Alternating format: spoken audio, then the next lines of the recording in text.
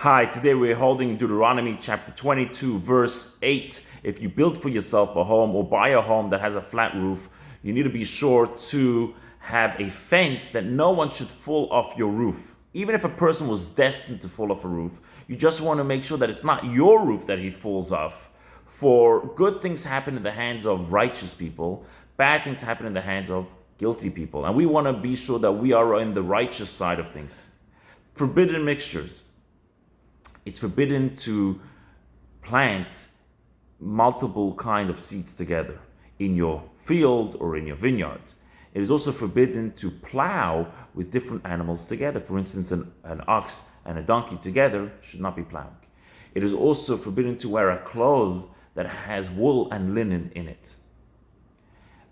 When you go shopping, you can sometimes see on the label, it can say that there's wool and linen. Sometimes it is just a little bit of either fabric in your clothes, and therefore that could be determined by sending it to a laboratory, and there are many of them that could actually let you know if it's kosher or not.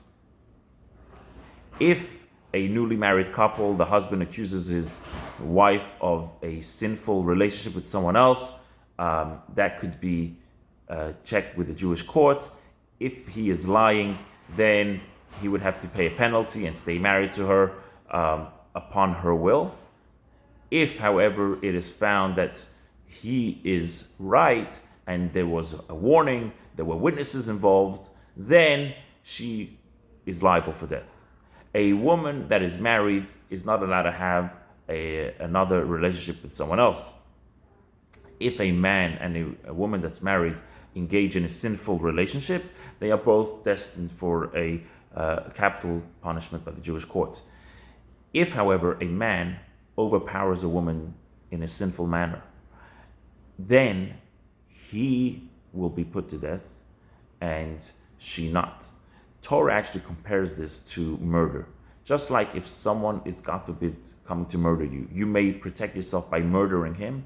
Same thing is, if a man is trying to overpower a woman in a sinful way, she may protect herself by taking his life. A mamzer can only marry a mamzer.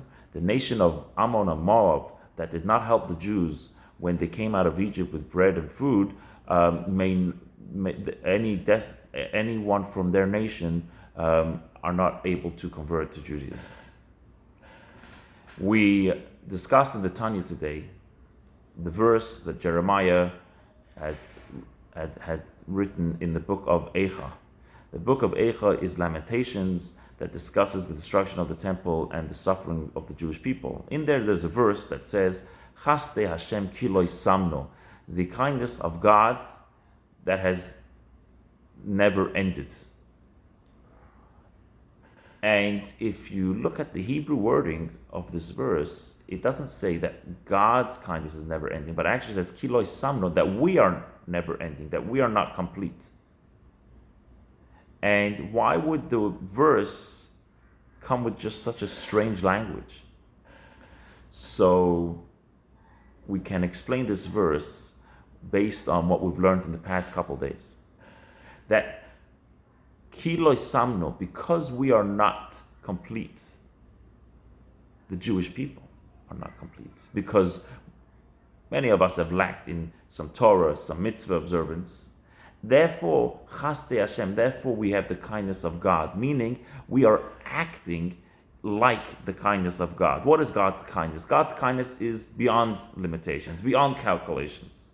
Same thing, we are acting in that same manner of kindness beyond measures, to be kind to others, to give charity to others beyond measure. Why?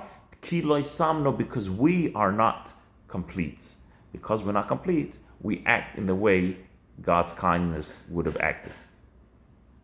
Today's mitzvah is again about sanctifying the day of Shabbos by making a kiddush, and to know that it's a custom that when we make the kiddush, it should be in the same place that you have lit the Shabbat candles, and the same thing is our meal should also be in the same place where the Shabbat candles are.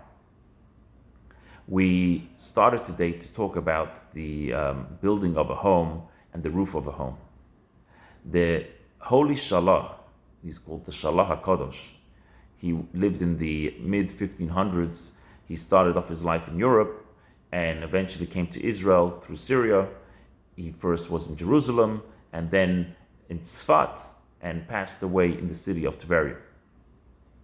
He has different books, and he has an explanation on this verse that the roof shows Gag is the highest part, and that actually is representing to the high part of a person, which that is the ego of a person. So learning from this verse, he says that the high part, the roof, should have a fence, meaning to your ego, you should fence in and not be so much of a show-off to others. Now, this is especially true when we are trying to influence others in a good way. We have a mission, we have something that we want to share with them, we want to teach them, and we have to remember that we should focus more on the mission than on ourselves.